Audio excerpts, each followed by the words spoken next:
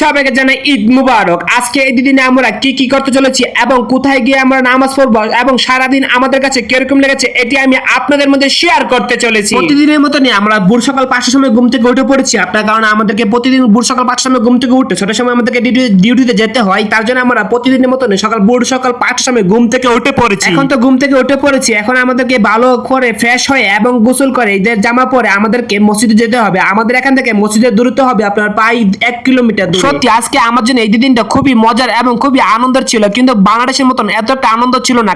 কারণ বাংলাদেশে ঈদ হলে আপনার অনেক আনন্দ হয় এবং অনেক হয় হল্লা এবং অনেক মজা হয়। কারণ এখানে সৌদি আরবে যে ঈদ হয়েছে এটা আমি একটু বুঝতে পারি নাই। বাংলাদেশে ঈদ হলে যেমন আনন্দ হয় এবং হয় হল্লা হয় এবং গরু জবাই করা হয়, অনেকটা আনন্দ হয়। কারণ নিজের গরু নিজে কুরবানি দেওয়া অনেকটা আনন্দের এবং অনেকটা মজার হয়ে থাকে। কিন্তু এখানে যে আমি ঈদ করেছি আমি একটু বুঝতে পারি নাই। আমি এখন ভালো করে গোসল করে এসে পড়েছি এবং ফ্রেশ হয়ে গেছি। এখন ভালো করে জামা কাপড় পরে আপনার হাত মুখ মুছে ভালো করে একটা পাঞ্জাবি পিনবো, কারণ পাঞ্জাবিটা আমি বাংলাদেশ থেকে আসার সময় পাঞ্জাবিটা কিনে নিয়ে এসেছিলাম। আমি আপনাদেরকে কি বলবো, কারণ সৌদি আরবে পাঞ্জাবির দাম খুবই অনেক বেশি হয়ে থাকে। কারণ আমি এই পাঞ্জাবিটা দিয়ে আমি ছোট ঈদ এবং কি বড় ঈদ আমি সৌদি আরবে করতেছি। গাইস আমার কাছে এত পরিমাণ টাকা হয়ে গেছে যে আমি ঘুম থেকে উঠে দেখি যে আমার মানি ব্যাগের নিচ থেকে অনেক অনেক টাকা পাওয়া যাচ্ছে। কারণ এখানে অনেকগুলো ডলার পড়েছিল। কারণ যখন আমি ঘুম থেকে উঠেছি উঠে পরে দেখি আমার মাটির নিচে অনেকগুলো টাকা বিছিয়েছিল।